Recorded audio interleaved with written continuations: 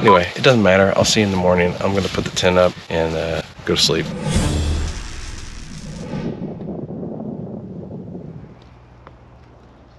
I've been laying here since like 6.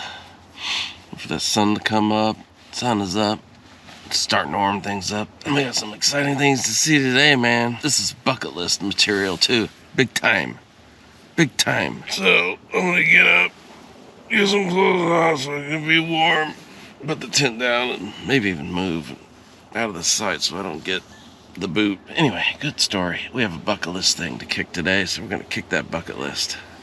Don't kick the bucket though. And yes, my pillow is awesome. Not only is my pillow awesome, but the sheets I keep in here, which are buried. I just have sheets on the mattress. Like classic Star Wars, OG Star Wars, only good Star Wars.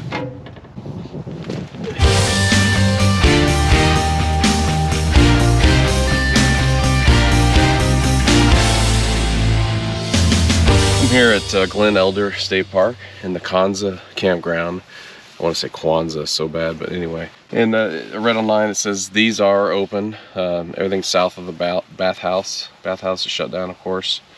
Is open year-round, first come, first serve. Plan was just get a primitive site, pull in, level it out, go to sleep. And I get here and there's nothing marked. I said, okay, well, go back and paid my $10 plus $3 processing fee. I paid cash. There's a processing fee. What? Anyway, nothing's marked. Sure, these nice pad sites are marked with numbers and prime site too. But you go over there and it's just a lot of picnic tables, fields, and every once in a while it's a fire pit, but nothing like number 3, number 4. But I did pull into one thing. I felt like I wasn't even supposed to be parked there. It was right on the road and it was kind of level. I was starting to level out to sleep there. I'm like, you know what, the hell with this. So I pulled into a nice prime spot that had a concrete slab, so I didn't have to level out.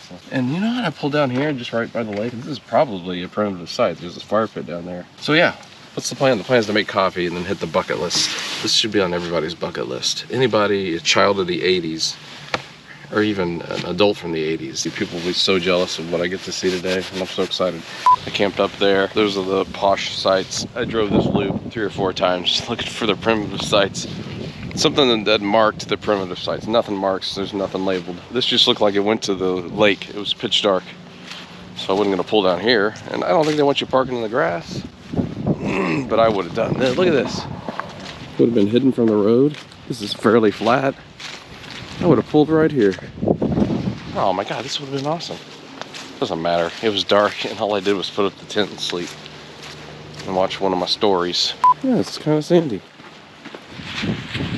It's the beautiful Kansas Ocean. But the goal here is just to pull in here and warm up, solar warm up, and get some coffee made. I was laying in bed last night just thinking about how awesome coffee is going to taste in the morning. No calorie treat. Guiltless. I mean, how magical is coffee? No calories. Oh my God, it smells so good. My spoon, my awesome spoon that's broken. I don't want to offend my awesome spoon by calling it broken. It's perfectly contributing to society like all other spoons. It's overcome lots of challenges and is thriving. In fact, I did miss one awesome landmark last night. It was dark. The Geologic Center of the United States. I had to skip out on. Lebanon, Kansas, I believe. Probably like 5 miles from it. But I wasn't gonna go see it in the dark. I was on my way here to spend an hour looking for a campsite. And that's the Geologic Center of the lower 48 states, right? And if you encompass Hawaii and Alaska, I think, somehow, and then the actual center ends up in South Dakota somewhere.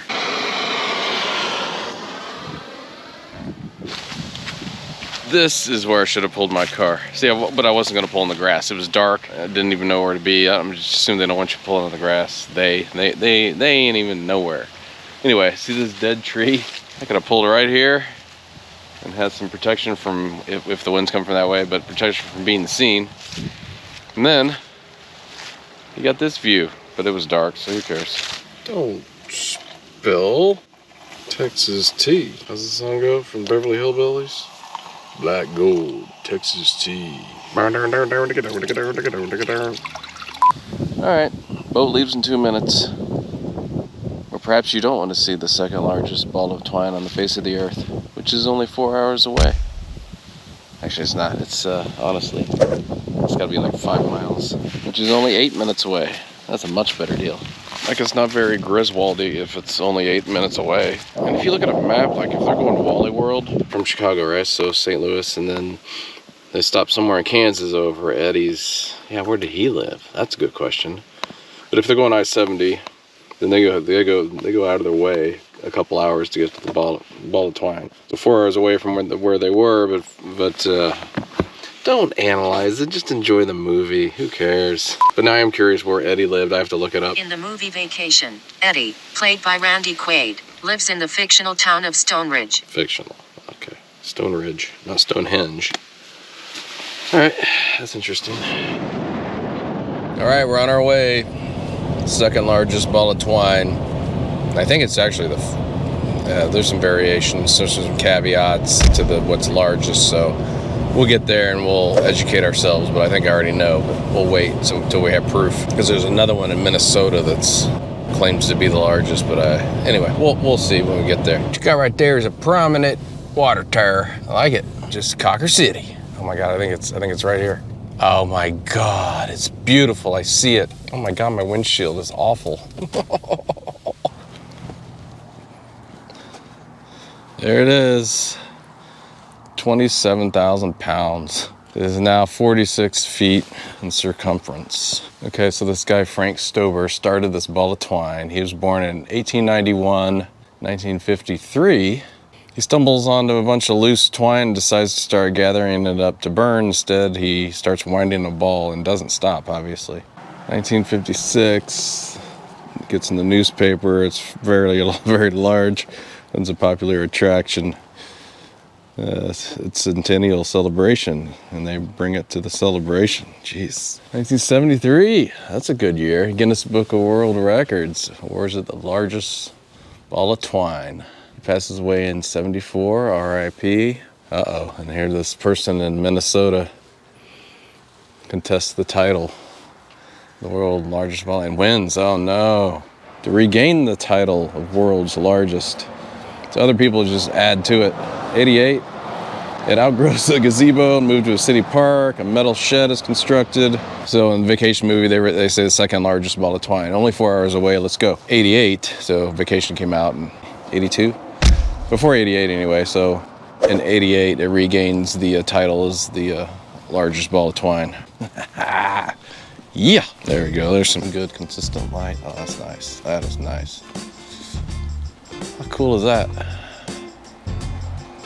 Whoa.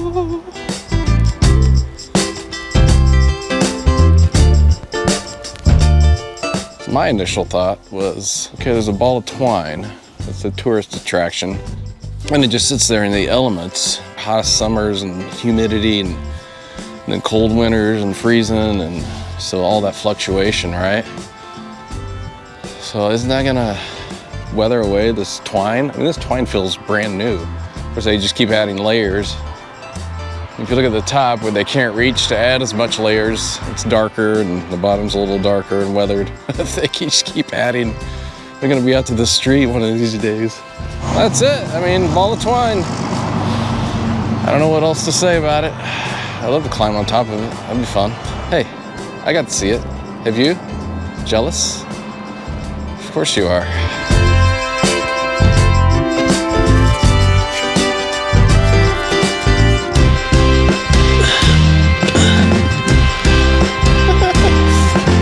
There's a little shop over here, Museum of Oddities. I have to do a little walk by that.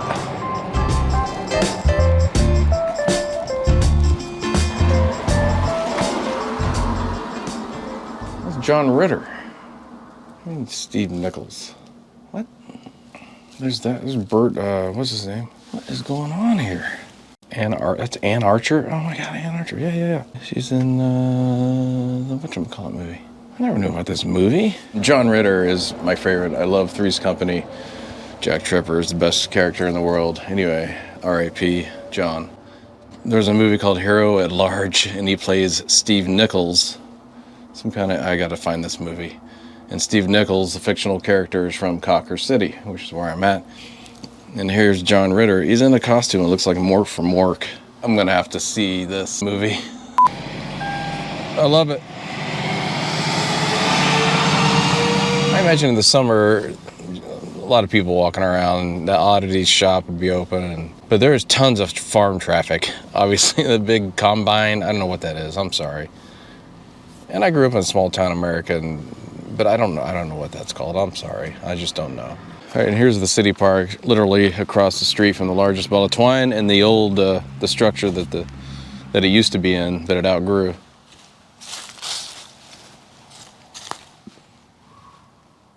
Pardon me? What is that? Is that biblical? What the fuck? Did I Google that? What the? A merciful man is merciful to his beast. That's a little weird. Sorry, but you can do better than that. And on the other side, a memory of... Now I feel bad saying that. I apologize, Mr. Cawker. But I will Google your saying. Your poetry skills are stronger than mine. I want to think about that. A merciful man is merciful to his beast. What does that mean? Like his demons? Okay. See, now we're getting deep. That makes sense. It could have another meaning, but I would have changed the beast word to demons, but that was written a long time ago. Just here to use the bathroom. Not have deep thoughts about a merciful man beast. Okay, I've been sitting here way too long Googling a merciful man is merciful to his beast. That exact phrase does not come up anywhere, but what does come up is Proverbs 12 verse 10, and it's different. Whoever is righteous has regard for the life of his beast, but the mercy of the wicked is cruel. So you're a farmer, you have regard for the life of your beast, but the mercy of the wicked is cruel. The mercy of the wicked is cruel. I don't get that. If you're cruel and then you have mercy, that means maybe you're not so cruel. Is this something Mr. Cawker made up on his own? So, which makes it cooler than just copying a Bible verse and putting it on your thing. I don't know, man. Okay, we gotta go. Squirrel! That is a fat squirrel right there. It's a cocker squirrel. All right, let's go. Next destination. Oh man, this is gonna be good. I'm not gonna say it's gonna be better than a ball of twine. That's literally impossible. This is gonna be good. Ooh, I gotta get gas. Okay, gotta go by. Gas station. Ball of twine.